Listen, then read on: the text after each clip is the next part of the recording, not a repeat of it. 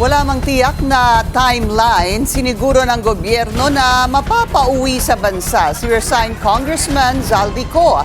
Mahigpit lang daw ang Czech Republic kaya di pa makapaglapag ng resibo sa kanyang pagkakaaresto. Narito ang agenda report ni Ched Gatchalian.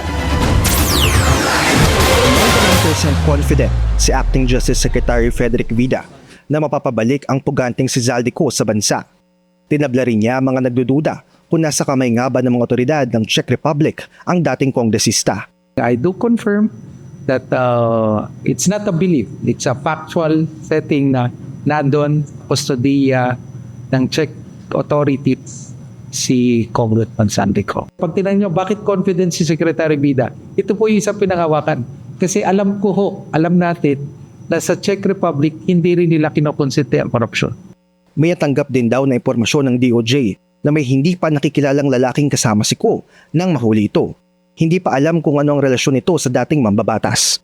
Ayon sa DOJ, November 2025 pa lang, may mga aksyon na ang gobyerno, katuwang ang Philippine Center for Transnational Crime, para mapauwi ang pugante.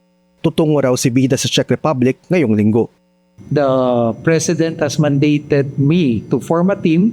Actually, I will be heading a team. I'll be leaving soon, very soon, no? Within the week. The intention is to be able to meet with the Czech authorities. Dalawang titig ng opsyon sa pagpapabalik kay Ko, deportation o extradition.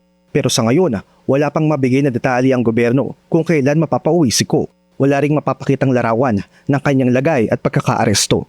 Sa European Union, may data privacy po. So wala pong dokumento, wala po na picture na makakapag-confirm. Ginagalang po natin yung kanilang mga prosesong ito. At ako, pagbalik ko, sasabihin nyo, Sek, pakita, nagpa-selfie ba kayo kay baka hindi mangyari yon. Baka kasi pinagbabawal yon ng kanilang panuntunan. Dagdag ni Vida, kailangan igalang ang legal na prosesong ipinapatupad ng bansang may hawak kay Ko. Ang assurance lang na mabibigay ng pamahalaan sa ngayon ay ang mga otoridad mismo ng Czech Republic ang nagbigay abiso sa Pilipinas kung kilala ba nito si Ko at kung may kinakaharap siyang kaso. Patong-patong na kaso ang sinampa kay Ko dahil sa flood control scandal. Malabo raw na maging state witness ang dating kongresista dahil na-establish ng malaki umano ang naging papel niya sa katiwalian. Para sa agenda, Ched Gatchalian, Billionaire News Channel.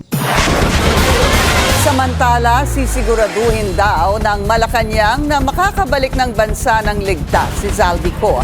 Kasunod yan ang pahayag ni Senator J.B. Ejercito na magiging hamon ang pagpapauwi kay Ko dahil marami umano ang tutol dito, lalong-lalo na ang mga tinaguriang contractor. Pero dapat tingnan muna po natin, saan nanggagaling yung sinasabing death threats? Meron na po bang naipakita? Meron na po bang na-i-blotter o whatever? So, tingin ko dapat doon muna kasi there's no basis. Diba? There will be lacking of basis if you cannot prove that death threats against Zaldico. So, dapat doon tayo mag-start. May death threats nga ba? Kasi how can you assure somebody na hindi ka mapapariwara pagbalik mo sa Pilipinas kung wala naman death threats? Mag-follow sa aming mga social media accounts at mag-subscribe sa aming YouTube channel para sa pinakahuli at eksklusibong mga balita.